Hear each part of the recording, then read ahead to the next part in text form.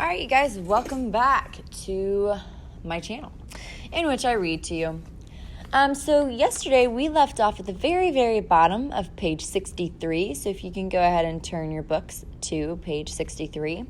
What was happening in the last 10 pages is that Bugs, Bud's friend from the orphanage, found Bud, and they decided to kind of become brothers and be on the run together, and they're going to go try to hop on a train to go out west. So let's see how this works out for them. We're at the bottom of page 63. We found out that we'd have to go to a city called Hooperville, just outside of Flint. The only trouble was, turn the page, nobody knew exactly where Hooperville was. It was dark before we found out the right direction. I'd never heard of a city that was so doggone hard to find. We walked on a trail through some woods that run right up against Thread Creek. We could tell we were getting close to Hooperville because we heard somebody playing a mouth organ, and the smell of food cooking was getting stronger. We kept walking in the direction that the sky was glowing with an orangish light. When we could hear the music real clear and folks talking to each other and the sound of sticks cracking in a fire, we started cutting through the trees. That way we could peek into Hooperville first. We looked out from behind a big tree and saw that a big wind or even 2 or 3 big wolves huffing and puffing real hard could blow Hooperville into the next county. It was a bunch of huts and shacks throwed together out of pieces of boxes and wood and cloth. The Amos's shed would have looked like a real fancy house here. Right near our tree was the big fire that had been lighting up the sky. It looked like 100 people were sitting around it, watching things burn or waiting for the food cooking in 3 big pots set up in the fire. There were 2 littler fires burning in Hooperville. One had a pot that was big enough to boil a whole person in it. A man was stirring things in the pot with a big stick, and when he raised the stick up, he'd pull some breeches out or a shirt out and pass it over to a white man who was hanging the clothes on a line to dry. There was a mountain of clothes on the ground next to him waiting for their turn. The other fire in Hooperville was real small. It was off to the side by itself. There were 5 white people sitting at this fire, 2 kids, a man, and a woman holding a little wrapped-up baby. The baby sounded like all those new sick babies at the home. It was coughing like it was half-dead little animal. Bugs whispered, "Shoot! This ain't no city. This is just another cardboard jungle." "A what?" "A cardboard jungle. Somewhere you can get off the train and clean up and get something to eat without the cops chasing you out of town." I said, "Well, what are we gonna do? We can't just go busting into this city and expect someone to feed us, can we?" Bugs said, "Well, one of us has to talk to them. Let's flip for it." "Okay." Bugs rumbled around in his pocket and found a penny. He rubbed it up against his breeches and said, heads I win, tails you lose." "Okay." He flipped the penny up into the air and caught it, then slapped it down on the back of his left hand. He peeked underneath his right hand to see, and a big smile cracked on his face. "Shucks." Bud said, "Tails, you lose." "Dang. So what should I say?" "Ask them if this is Hooperville. See if they got any extra food." I moved out from behind our tree and walked over toward the biggest fire. I waited until some folks noticed me and then said, "Excuse me, is this here Hooperville?" The man who was playing the mouth organ stopped and everyone else around the fire looked up at me. One of the white men said, "What is it you looking for?" I said, "A city called Hooperville, sir." They all laughed. The mouth organ man said, "Naw, son. What you're looking for is Hooverville with a V, like in President Herbert Hoover." I said, "Oh, is this it, sir?" The man said, "This is one of them." I said, "One of them?" He answered, "They're all over the country. This here is the Flint version. And all of them are called Hooverville? That's right. Mr. Hoover works so hard at making sure every city has got one that seems like it would be criminal to call them anything else. Someone said, "That's the truth." I said, "Well, how are we going to know if we're in the right one?" The mouth organ man said, "Are you hungry?" "Yes, sir." "Are you tired?"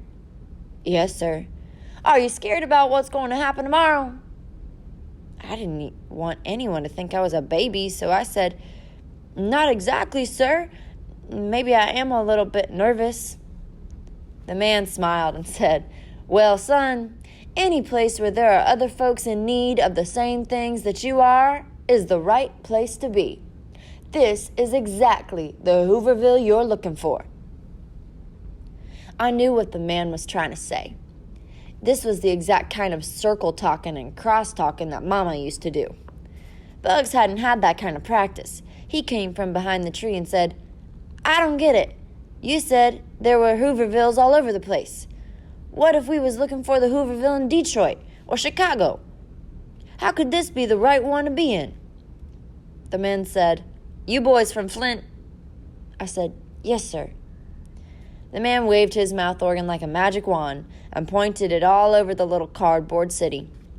"Boys," he said, "look around you." The city was bigger than I thought it was. The raggedy little huts were in every direction you looked. Page 68. And there were more people sitting around than I first thought, too. Mostly it was men and big boys, but there were a couple of women every now and then and a kid or two. They were all the colors you could think of, black, white, and brown, but the fire made everyone look like they were different shades of orange. There were dark orange folks sitting next to medium orange folks sitting next to light orange folks.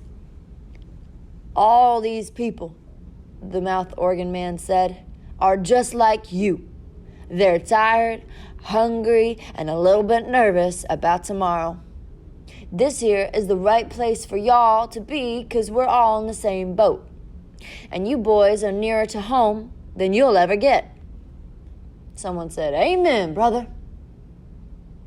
The mouth organ man said, "It don't matter if you're looking for Chicago or Detroit or Orlando or Oklahoma City. I rode the rails to all of them.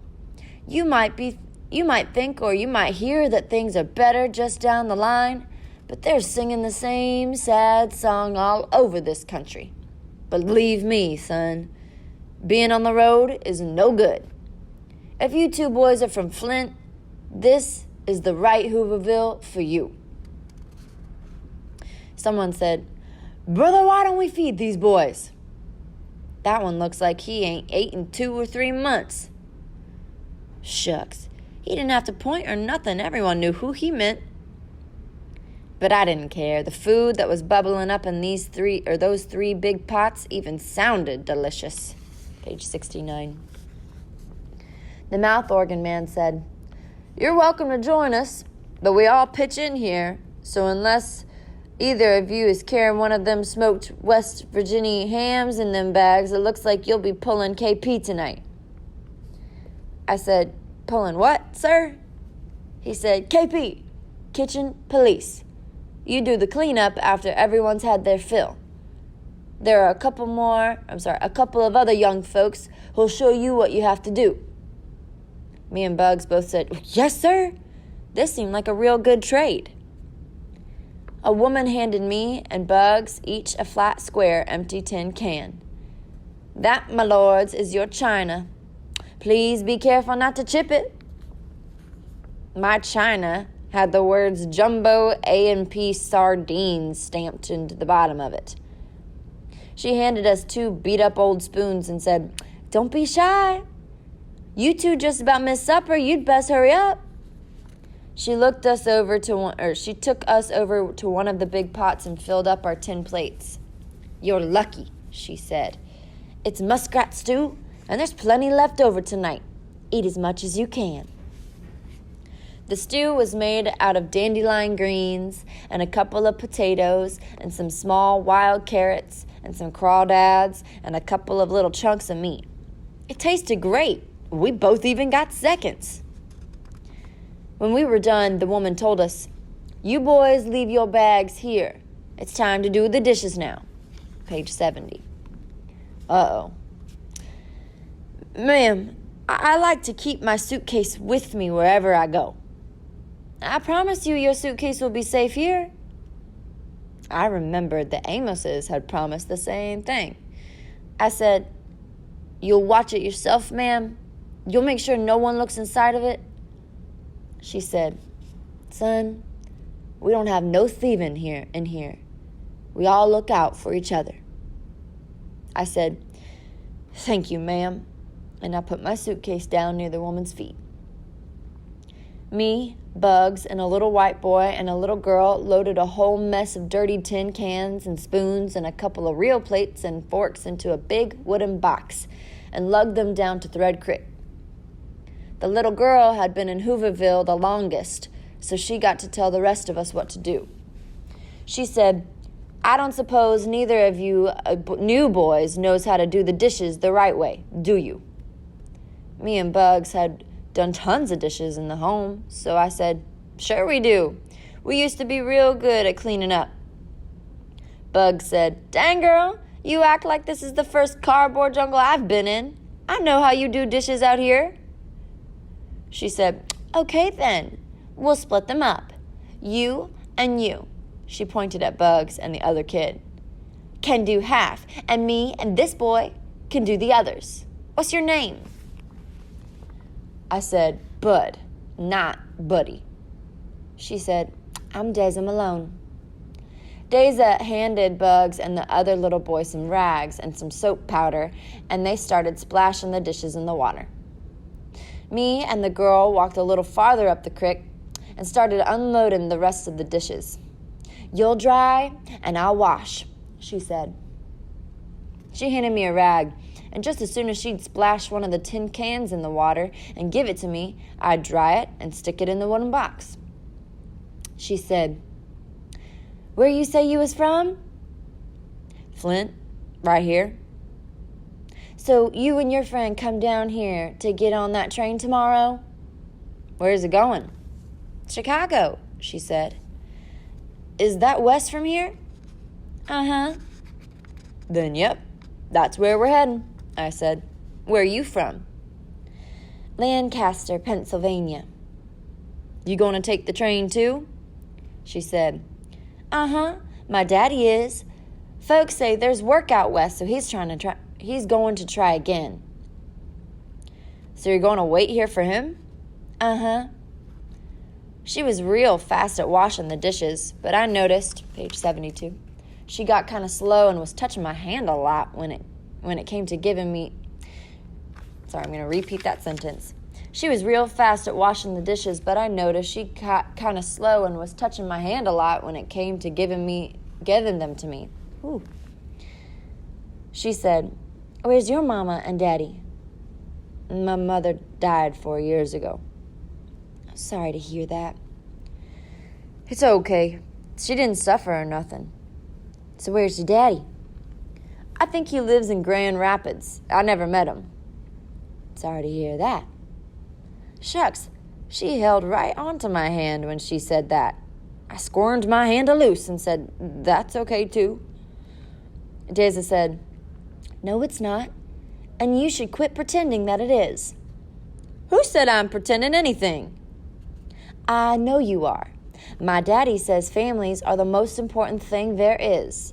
That's why me and my mama are going to wait together for him to come back or write for us to come to him." I said, "My mother said the same thing, that families should be there for each other all the time. She always used to tell me that no matter where I went or what I did, that she'd be there for me. Even if she wasn't somewhere that I could see her, she told me..." Shucks, there were some folks who will have you run in your mouth before you know what you're doing. I quit talking and acted like I was having a real hard time drying the tin can she just handed me. Page 73. "What'd she tell you, Bud?" I looked at Deza Malone and figured I'd never see her again in my life, so I kept shooting off my mouth. She would tell me every night before I went to sleep that no matter what happened, I could sleep knowing that there had never been a little boy, anywhere, anytime, who was loved more than she loved me. She told me that as long as I remembered that, I'd be okay. And you knew it was the truth? Just as much as I know my name's Bud, not Buddy. She said, don't you have no other kin here in Flint? No. I guess I can't blame you for wanting to ride the rails. My mama says these poor kids on the roads all alone are like dust in the wind. But I guess you're different, aren't you, Bud? I guess you sort of carry your family around inside of you, huh? I guess I do. Inside my suitcase, too.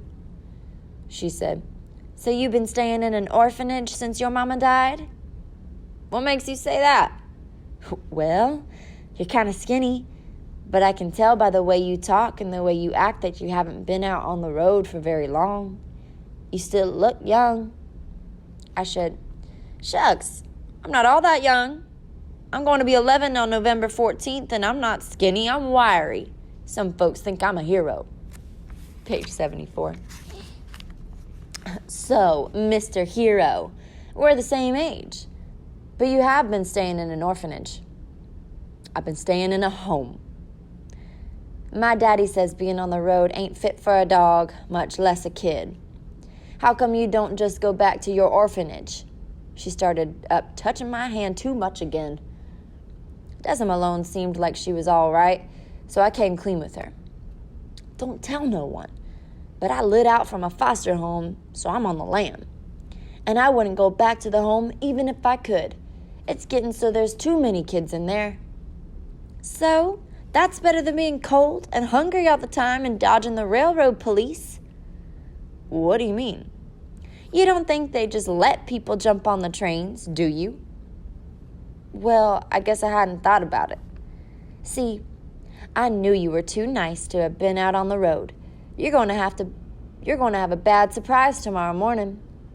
That won't bother me too much. She said, oh yeah, I forgot. You're a hero to some folks. When Dessa smiled, a little dimple jumped up on her brown cheek. I didn't answer. I just kept drying tin cans. We got to the last 4 or 5 tin can plates, and Dessa said, you ever kiss a girl at the orphanage? Yup, we're stopping right there. We'll see what happens after Dessa asks Bud that tomorrow.